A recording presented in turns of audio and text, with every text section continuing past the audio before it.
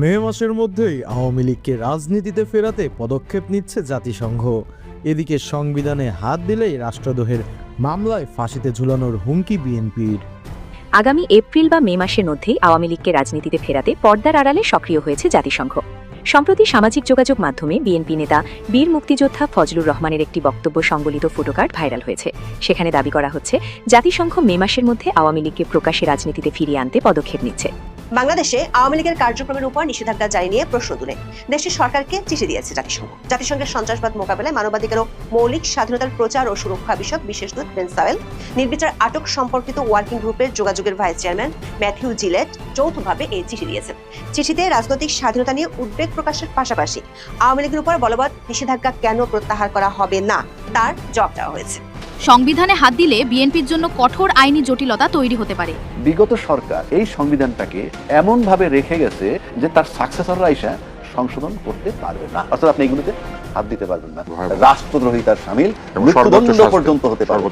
আসসালামু আলাইকুম দর্শক, সিগন্যাল বিডি চ্যানেলের নতুন একটি গুরুত্বপূর্ণ নিউজ ভিডিও নিয়ে আপনাদের মাঝে হাজির হলাম। প্রিয় দর্শক, বাংলাদেশের বর্তমান রাজনৈতিক প্রেক্ষাপট নিয়ে ইতিমধ্যে অনেকগুলো ভিডিওর অংশবিশেষ আপনারা দেখেছেন এবং আশা করি দেখে বুঝতে পেরেছেন আজকের ভিডিওটি কতটি গুরুত্বপূর্ণ এবং আকর্ষণীয় হতে চলেছে। তাই বলছি প্রিয় দর্শক, সবাই ধৈর্য সহকারে সম্পূর্ণ ঘটনাটি এবং সম্পূর্ণ ভিডিওটি দেখবেন। এখনো যারা আমাদের চ্যানেলটি সাবস্ক্রাইব করেননি তাদের সবাইকে বলবো আমাদের চ্যানেলটি সাবস্ক্রাইব করে পাশে থাকা বেল আইকনটা অন করে দিবেন। আর যারা ইতিমধ্যে সাবস্ক্রাইব করেছেন তাদেরকে অসংখ্য ধন্যবাদ। আর হ্যাঁ, কে কোথা থেকে ভিডিওটি দেখছেন অবশ্যই কমেন্ট বক্সে জানিয়ে যাবেন। তো প্রিয় দর্শক, চলুন আর কথা বলবো না, একটি লাইক দিয়ে মূল ভিডিওতে যাওয়া যাক। দেশের রাজনীতিতে এখন সবচেয়ে আলোচিত বিষয় নিষিদ্ধ ঘোষিত রাজনৈতিক দল আওয়ামী লীগের প্রত্যাবর্তন। নতুন সরকার দায়িত্ব নেওয়ার 1 মাস অতিবাহিত হয়েছে।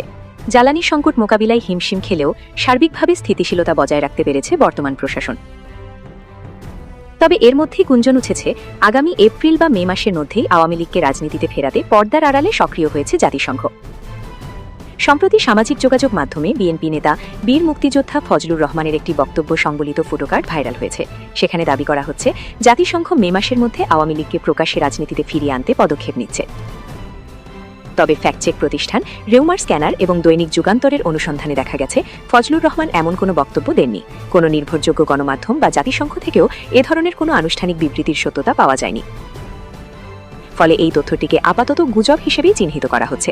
যদিও আনুষ্ঠানিক কোনো ঘোষণা নেই, তবে রাজনৈতিক বিশ্লেষকরা জাতিসংঘের জুলাই-আগস্টের রিপোর্টটির কথা স্মরণ করিয়ে দিচ্ছেন।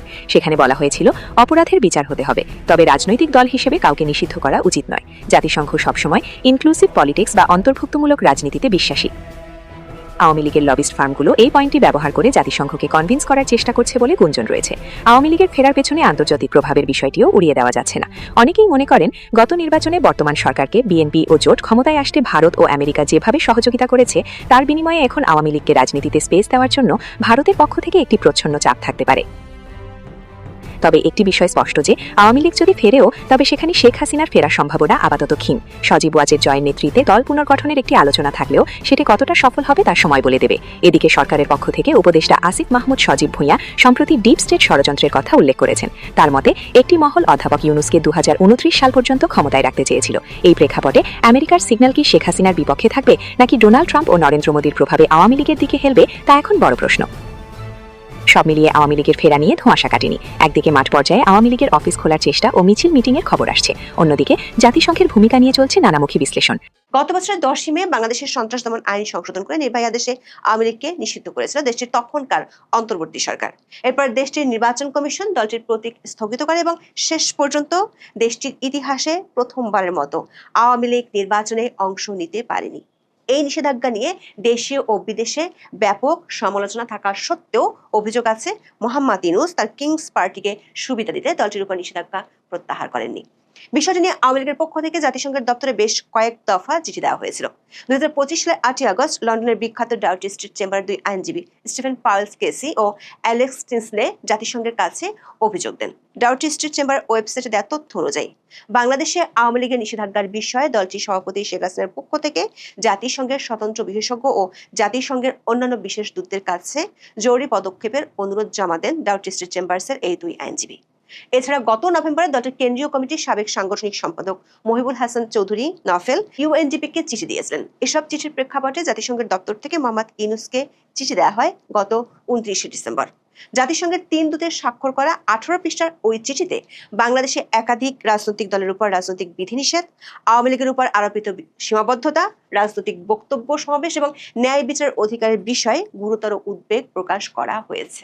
চিঠিতে আওয়ামী লীগের কার্যক্রমকে নিষিদ্ধ ঘোষণা, তাদের বিরুদ্ধে সন্ত্রাস বিরোধী ও ট্রাইব্যুনাল আইন প্রয়োগ, রাজনৈতিক বক্তব্য সমাবেশে বাধা, গণগ্রেপ্তার এবং ন্যায্য বিচারের লঙ্ঘনের অভিযোগ উল্লেখ করা হয়।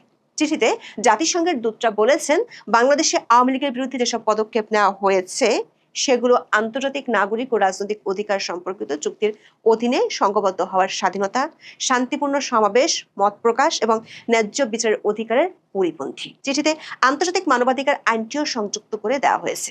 সেখানে বলা হয়েছে, এভাবে কোনো দলের কার্যক্রম নিষিদ্ধ করা অপ্রয়োজনীয় ও অসামঞ্জস্যপূর্ণ সীমাবদ্ধতার প্রয়োগ। আওয়ামী লীগের উপর নিষেধাজ্ঞা প্রসঙ্গে চিঠিতে বলা হয়েছে, 2025 সালের মে মাসে আইনি সংশোধনের পর আন্তর্জাতিক অপরাধ ট্রাইব্যুনালে শেখ হাসিনা ও অন্যান্য নেতাদের বিরুদ্ধে বিচার কার্যক্রম শেষ না হওয়া পর্যন্ত আওয়ামী লীগের সব কার্যক্রম আনুষ্ঠানিকভাবে নিষিদ্ধ করা হয়। নিষেধাজ্ঞার আওতায় রাজনৈতিক কার্যক্রম, জনসমাবেশ, প্রকাশনা, গণমাধ্যমে প্রচার এবং নির্বাচনে অংশগ্রহণ অন্তর্ভুক্ত ছিল। এছাড়া নির্বাচন কমিশন দলটি নিবন্ধন বাতিল করে, ফলে তারা নির্ধারিত জাতীয় নির্বাচনে অংশ নিতে পারেননি। জাতিসংঘের বিশেষজ্ঞরা সতর্ক করে দিয়ে বলেছেন, কোনো রাজনৈতিক দল নিষিদ্ধ করা সংঘবদ্ধ হওয়ার স্বাধীনতার উপর সবচেয়ে গুরুতর বল প্রয়োগ করার শামিল। এটি শুধু ব্যতিক্রমী পরিস্থিতি প্রয়োগ করা যেতে পারে, যে পরিস্থিতি বাংলাদেশে তৈরি হয়নি। চিঠিতে আরো বলা হয়, সন্ত্রাস বিরোধী ক্ষমতা ব্যবহার করে কোনো রাজনৈতিক দলকে দমন করা উচিত নয়, বরং সহিংসতার নির্দিষ্ট বিশ্বাসযোগ্য হুমকি মোকাবেলায় তা প্রয়োগ করা উচিত। চিঠিতে আওয়ামী লীগের যোগাযোগ কার্যক্রমে বিধিনিষেধ নিয়েও উদ্বেগ প্রকাশ করা হয়েছে, যার মধ্যে শেখ হাসিনার বক্তব্য প্রচারে বাধা এবং সংশোধিত সন্ত্রাস বিরোধী আইনের অধীন সংশ্লিষ্ট ব্যক্তি বা প্রতিষ্ঠানের সঙ্গে যুক্ত যে কোনো প্রচার নিষিদ্ধ করার কথা উল্লেখ রয়েছে। জাতিসংঘের দূতরা লিখেছেন, এ ধরনের সামগ্রিক নিষেধাজ্ঞা রাজনৈতিক বিতর্ককে স্তব্ধ করে দিতে পারে, যেখানে লক্ষ্য হওয়া উচিত কেবল সহিংসতা বা উস্কানি রোধ করা। সমাবেশ ও নির্বাচন প্রসঙ্গে বলা হয়েছে, আওয়ামী লীগের সমর্থনে সব ধরনের জমায়েতে সার্বিক নিষেধাজ্ঞা অসামঞ্জস্যপূর্ণ বলে মনে হয় এবং একটি বড় রাজনৈতিক দলকে নির্বাচন থেকে বাদ দেওয়া বহুত্ববাদকে ক্ষতিগ্রস্ত করতে পারে এবং ভোটারদের প্রকৃত প্রতিনিধি বেছে নেওয়ার সুযোগ সীমিত করে। আওয়ামী লীগের নেতাকর্মীদের যেভাবে আটক ও গ্রেপ্তার এবং নির্যাতন করা হয়েছে তা নিয়েও চিঠিতে উদ্বেগ জানানো হয়েছে। জাতিসংঘের বিশেষজ্ঞরা আওয়ামী লীগের সঙ্গে সম্পৃক্ত বলে ধারণা করা ব্যক্তিদের, যাদের মধ্যে সাংবাদিক ও আইনজীবীরাও রয়েছেন, গণগ্রেপ্তার অভিযোগের কথাও উল্লেখ করেছেন। পাশাপাশি হেফাজতে মৃত্যুর ঘটনা, কিছু মরদেহে নির্যাতনের চিহ্ন এবং 2024 সালের আগস্টের রাজনৈতিক পট পরিবর্তনের পর কিছু সহিংসতার ঘটনার ক্ষেত্রে দায় মুক্তির অভিযোগও তুলে ধরা হয়েছে। এসব বিষয়কে তারা অত্যন্ত উদ্বেগজনক বলে উল্লেখ করে বলেন, সার্বিক দায় মুক্তি আন্তর্জাতিক আইনের সঙ্গে সামঞ্জস্যপূর্ণ নয়। শেখ হাসিনার মামলার বিষয়ে চিঠিতে আন্তর্জাতিক অপরাধ ট্রাইব্যুনালে ন্যায্য বিচারের নিশ্চয়তা নিয়ে গভীর উদ্বেগ প্রকাশ করা হয়েছে।